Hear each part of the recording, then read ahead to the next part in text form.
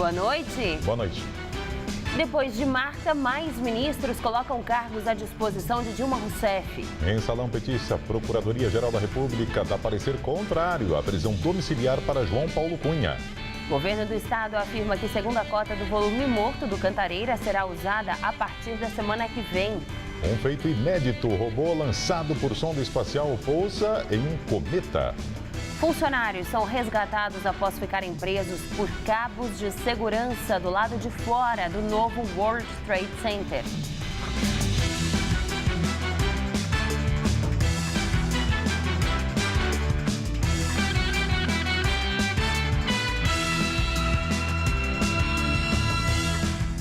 Vítimas de atropelamento da saída de um culto religioso na zona norte da capital paulista começam a prestar depoimento. Elas confirmaram que o motorista acelerou o carro na direção delas. 15 pessoas ficaram feridas no acidente que aconteceu na noite de domingo na Vila Medeiros.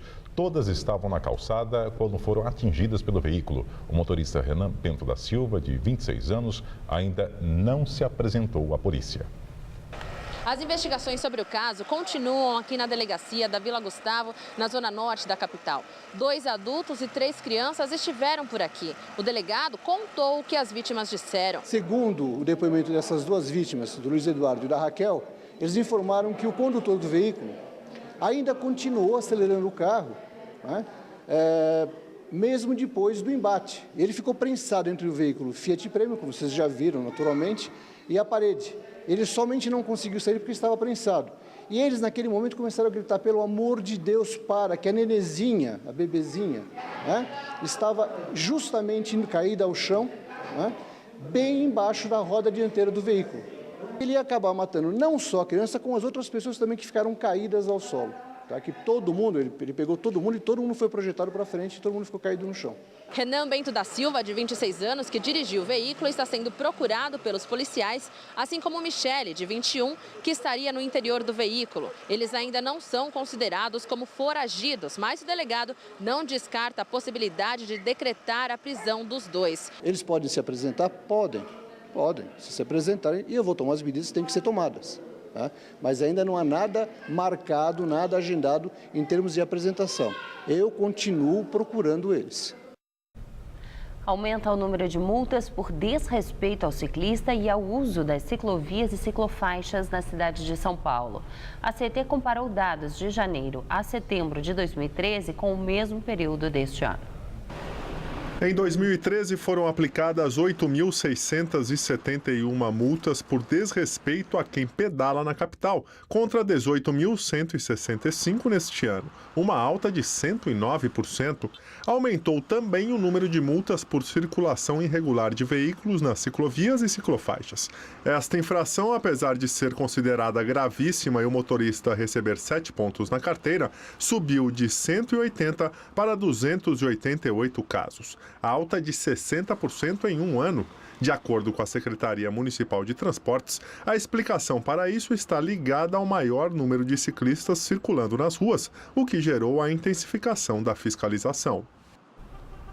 Prefeitura de São Paulo, ou melhor, de São Bernardo do Campo, no ABC Paulista, testa ônibus com 2 catracas. O sistema, que já é adotado em algumas linhas de São Paulo desde 2011, tem o objetivo de diminuir o tempo de espera no embarque dos passageiros.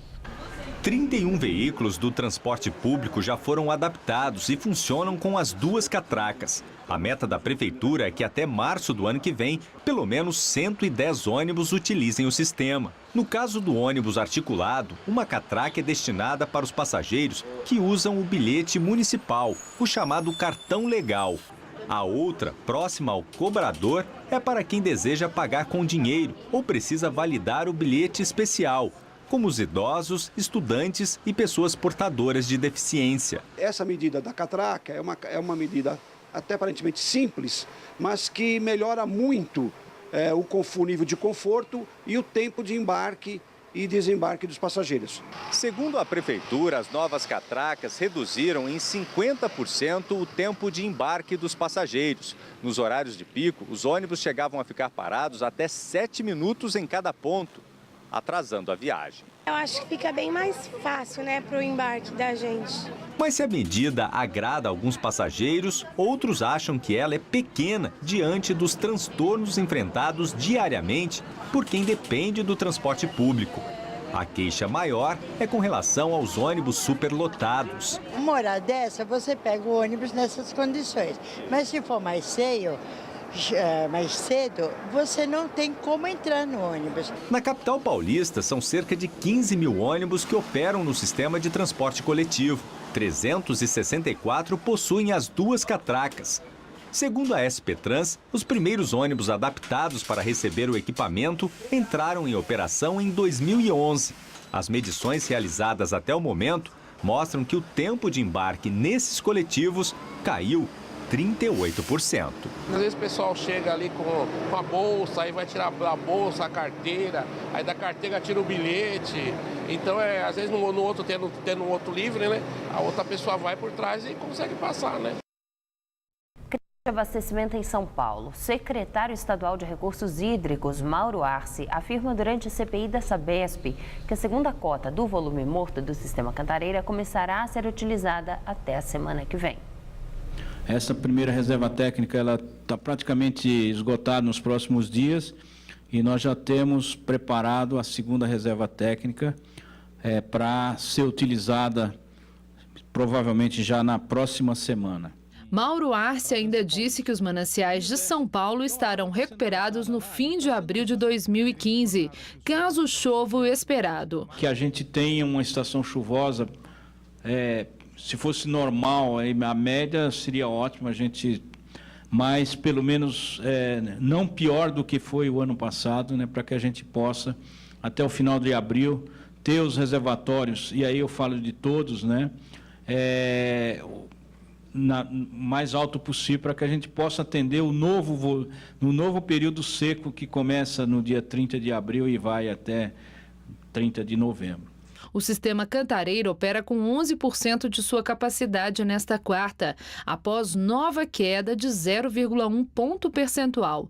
A Sabesp já inclui na conta a segunda cota que ainda não está sendo utilizada. Sem esse volume adicional, o nível estaria em 0,3%. Obras anunciadas pelo governador Geraldo Alckmin para sanar os problemas de abastecimento em São Paulo devem ajudar a prevenir crises, mas podem ter chegado tarde. Esta é a avaliação do especialista ouvido pelo Jornal da Gazeta. A interligação dos reservatórios Rio Grande e Billings é uma das obras do pacote anunciado pelo governador Geraldo Alckmin. Esta semana ele foi a Brasília negociar com a presidente Dilma Rousseff a liberação de recursos. As obras exigem cerca de 3,5 bilhões de reais. Pelo pacote, também devem ser interligados os reservatórios Atibainha, em Iguaratá, e Jaguari, no município de Nazaré Paulista, ambos no interior do estado. Para o professor do Instituto de Energia da USP, José Goldenberg, são as obras mais importantes. Energia é a mesma coisa, né? Quando não tem energia em Itaipu, a gente usa energia de Tucuruí. Com energia a gente não enxerga, né? E com água a gente vê o nível cair. Não, ninguém vai ser prejudicado. Pelo contrário, é uma garantia do abastecimento. O governador de São Paulo também pretende construir 2 grandes reservatórios na região de Campinas, que serão interligados com o sistema de distribuição que já existe, além da interligação do sistema Jaguari. Outro projeto é a construção de poços artesianos na região do Aquífero Guarani, manancial de água doce que se estende pelo Paraguai, Uruguai e Argentina. E no Brasil, abrange os estados de Goiás, Mato Grosso do Sul, Minas Gerais, São Paulo, Santa Catarina e Rio Grande do Sul. Uma outra medida já anunciada será a construção de 2 estações de produção de água de reuso na cidade de São Paulo. A água do esgoto será tratada e devolvida para a represa. As medidas que estão sendo tomadas, elas resolverão esta crise, mas elas envolvem obras que vão demorar provavelmente 2 anos. De modo que nós precisamos ainda de um pouco de sorte. Não é mesmo, sabe? Essas obras previstas, elas deviam ter começado há mais tempo, viu? Realmente, sob esse ponto de vista, elas são atrasadas, né? Chegou a chover hoje no estado de São Paulo, mas de forma isolada e pouco volumosa, o que não muda em nada a situação dos reservatórios. Será que chove mais amanhã? Mariana Armentano traz os detalhes da previsão.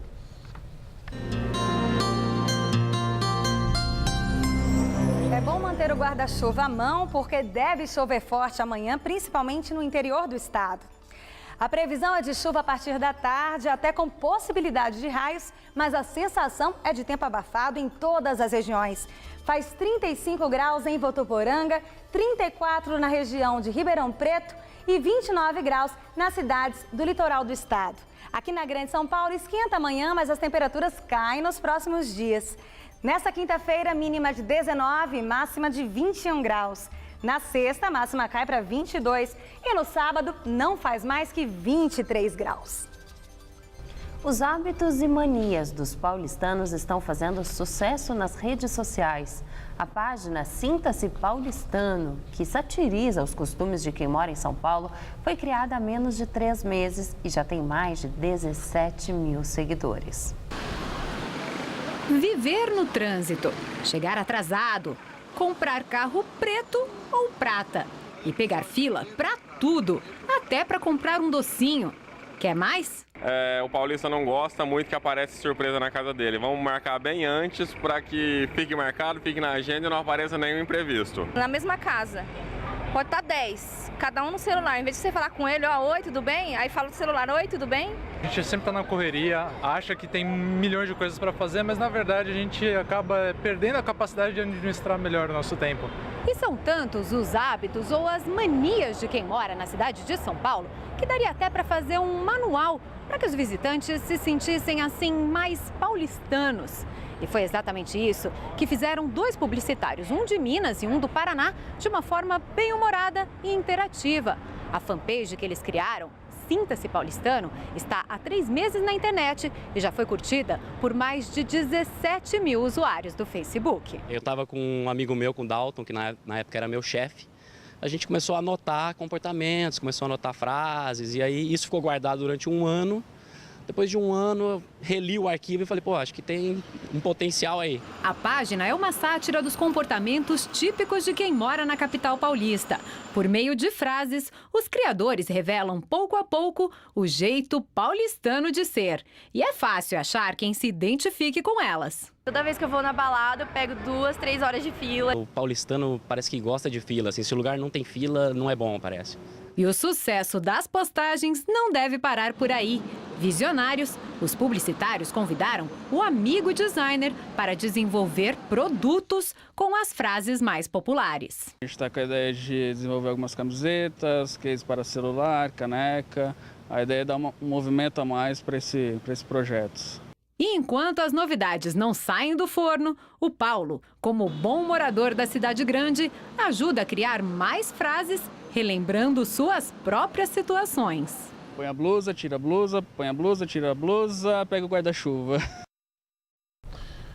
Procurador-Geral da República, Rodrigo Janot, se posiciona contra o pedido de prisão domiciliar para o ex-deputado João Paulo Cunha, condenado no processo do mensalão petista. De acordo com Janot, para ter direito à progressão do regime, João Paulo Cunha deve devolver R$ 536.400 com correção monetária aos cofres públicos, apesar de ter bom comportamento e de já ter cumprido 1/6 da pena. Cunha foi condenado por corrupção passiva e também pelo crime de peculato, que é quando um funcionário público usa o cargo para desviar dinheiro. Por isso, tem que devolver a quantia. Ele foi condenado no processo do mensalão petista a 6 anos e 4 meses de prisão. Cunha está preso desde fevereiro e cumpre pena em regime semiaberto em Brasília. O presidente Dilma Rousseff diz que Marta Suplicy não fez nada errado ao criticar a política econômica do país em sua carta de demissão do Ministério da Cultura. Hoje, em Doha, no Catar, a presidente se encontrou com autoridades locais. A reunião com o chefe de Estado aconteceu no Palácio Real. As relações bilaterais diplomáticas e econômicas e a situação política do Oriente Médio estavam entre os assuntos discutidos. Dilma também ofereceu ajuda ao país árabe para uma troca de experiências na organização da Copa do Mundo em 2022. No final da tarde, Dilma deixou o Oriente Médio em direção à Austrália, onde irá participar da reunião do G20. O chefe da Casa Civil, Aloysio Mercadante, afirma que pelo menos mais 15 ministros colocaram os cargos à disposição hoje. Além de Mercadante, Miriam Belchior, do Ministério do Planejamento, e José Eduardo Cardoso, ministro da Justiça, já enviaram suas cartas pedindo demissão dos cargos. Mais cedo, Mauro Borges, do Desenvolvimento, Thomas Traumann, da Secretaria de Comunicação, e Clélio Campolina, da Ciência e Tecnologia, também enviaram os pedidos de desligamento. Segundo o Mercadante, os pedidos são uma mera formalidade. Com as entregas dos cargos, a presidente Dilma Rousseff deve dar início à reforma na equipe para o segundo mandato. E agora vamos ao comentário de política com Bob Fernandes. Marta Suplicy deixou o governo. Diretas e indiretas contidas na carta de despedida, um ponto de partida para tentar voltar à Prefeitura de São Paulo em 2016. Prato cheio para manchetes, repercussões e análises. Uma delas passa pela mudança da mecânica, perfil e eixo de poder das mídias. Com velocidade espantosa, a cultura da era digital vai engolindo a cultura da era de Gutenberg. Nos últimos 5 séculos, a imprensa, o papel, criou e moldou ritmos, ritos e atos nas ações e reações humanas. Criou, por exemplo, dutos de transmissão de informação e a transformação disso em poder político, econômico, moral, etc. A era digital revoluciona também as mídias e acelera ritmos e ritos em quase tudo. Até 2010, o presidente eleito tinha tradicionais 100 dias de trégua. A Dilma reeleita não teve nem 100 horas. A carta da Marta é só mais uma das manchetes nesse ciclópico caminho. E tudo são escolhas. Pode-se escolher a carta da Marta, assim como se debater e tentar proteger o seu, o meu, o nosso bem mais precioso, a vida humana. Foi lançada a 8ª edição do Anuário Brasileiro de Segurança Pública. O Brasil teve 50.806 pessoas assassinadas em 2013, um homicídio a cada 10 minutos. São 1.300.000 homicídios nos últimos 33 anos. Esse retrato da barbárie não é obra apenas de governos, é também construção por ação ou omissão de uma sociedade inteira, inclusive na escolha das manchetes.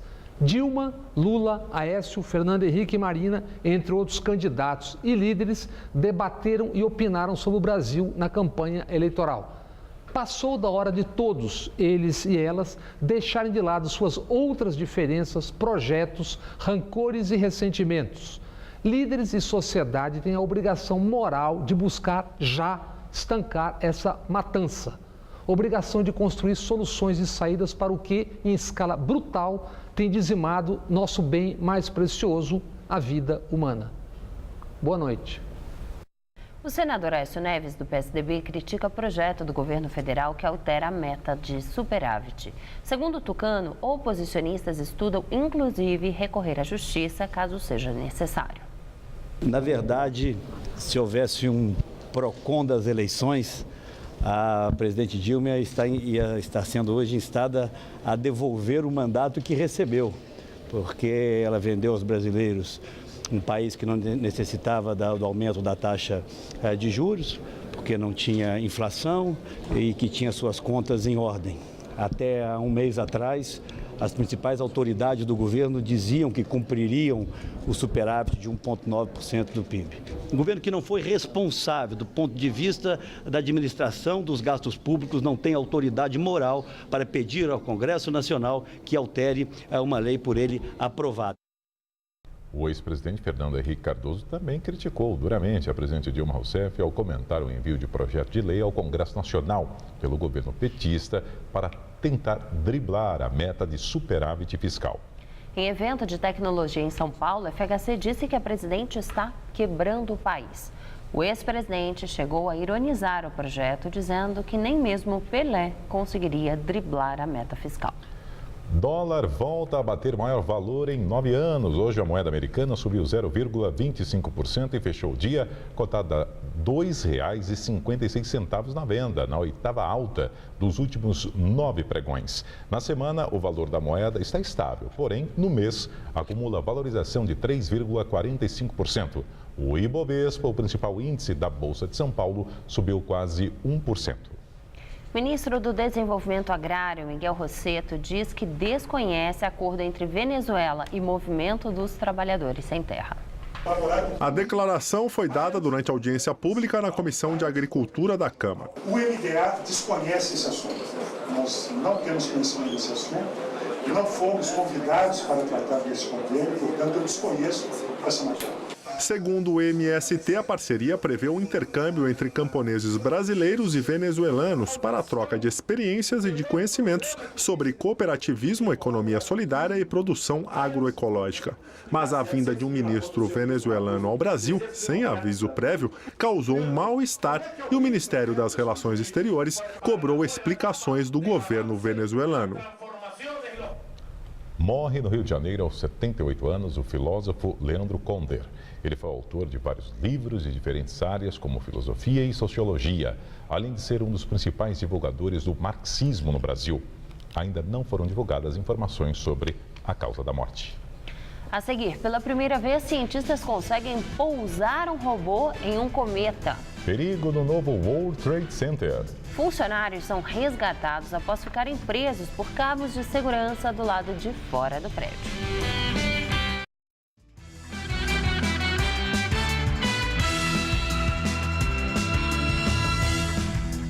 Toda semana, de 2 a 3 famílias sírias chegam ao Brasil. Os sírios já são o maior grupo de refugiados por aqui. Só que, apesar dos vários centros de acolhimento, os imigrantes ainda enfrentam muitas dificuldades em São Paulo. Com aulas de português cada vez mais acessíveis, aprender a língua tem deixado de ser uma delas. Ahmad está no Brasil há quase um ano. O jovem de 28 anos fugiu da Síria porque iria servir o exército em meio à guerra civil que se instalou no país. Fiquei 3 meses no Líbano tentando viajar. Finalmente consegui o visto para viajar ao Brasil porque conhecia um amigo no Líbano. Ele tinha tio aqui no Brasil. A gente combinou para viajar junto. Formado em engenharia biomédica, ele só conseguiu trabalho aqui como técnico em informática. Assim como ele, muitos outros jovens sírios, também fugidos da guerra, estão tendo o primeiro contato com o português. O curso é oferecido pela Mesquita da Liga da Juventude Islâmica do Brasil, no bairro do Brás. A gente tenta, por mímica, ou usar uma dessas línguas que eles têm para os próprios falantes de árabe, eles vêm às vezes com inglês, então a gente usa essa língua franca também para auxiliar um pouco nas aulas, né? Mas não aula totalmente nessa língua, né? A gente força o uso do português. Segundo a ONU, 3 milhões de sírios já deixaram o país fugindo da guerra civil desde 2011. O Brasil já acolheu 1.250 deles. Com isso, os sírios se transformaram no maior grupo de refugiados vivendo em território nacional. Aprender a língua está longe de ser a única dificuldade dos que chegam por aqui. A maior dificuldade é a moradia, né? Que se tiver é caro, né? Muitas pessoas sediaram casas, né, para receber. E a gente coloca 3, 4 famílias às vezes numa casa. Outro espaço que recebe imigrantes na capital é a nova casa de acolhida da prefeitura na Bela Vista. Nesta terça-feira começou a funcionar no mesmo local, em parceria com o Ministério da Justiça, um centro com serviços para ajudar o imigrante a conseguir documentos e a se adaptar. O atendimento será feito em 6 idiomas, além do português, inglês, francês, espanhol, árabe e crioulo. Na vizinhança funciona outra casa de passagem mantida pelo governo do estado com capacidade para 50 pessoas. Mas a referência dos estrangeiros que chegam em busca de refúgio ou ajuda humanitária ainda é a igreja no Glicério, onde funciona a Missão Paz, que só neste ano recebeu 6 mil imigrantes de vários países. Funcionários são resgatados após ficarem presos por cabos de segurança do lado de fora do One World Trade Center em Nova York. 2 homens estavam limpando as janelas do prédio quando um cabo do equipamento que os segurava arrebentou. Segundo os bombeiros, eles não correriam risco de cair porque estavam presos por cintos de segurança. O resgate foi feito por uma equipe do Departamento de Bombeiros cerca de 1 hora após o acidente, que aconteceu por volta das 4 da tarde, horário de Brasília, 1 da tarde, horário local. Os vidros das janelas precisaram ser quebrados para que os funcionários pudessem ser retirados. Pela primeira vez, cientistas conseguem pousar um robô em um cometa. O feito foi muito comemorado pela Agência Espacial Europeia.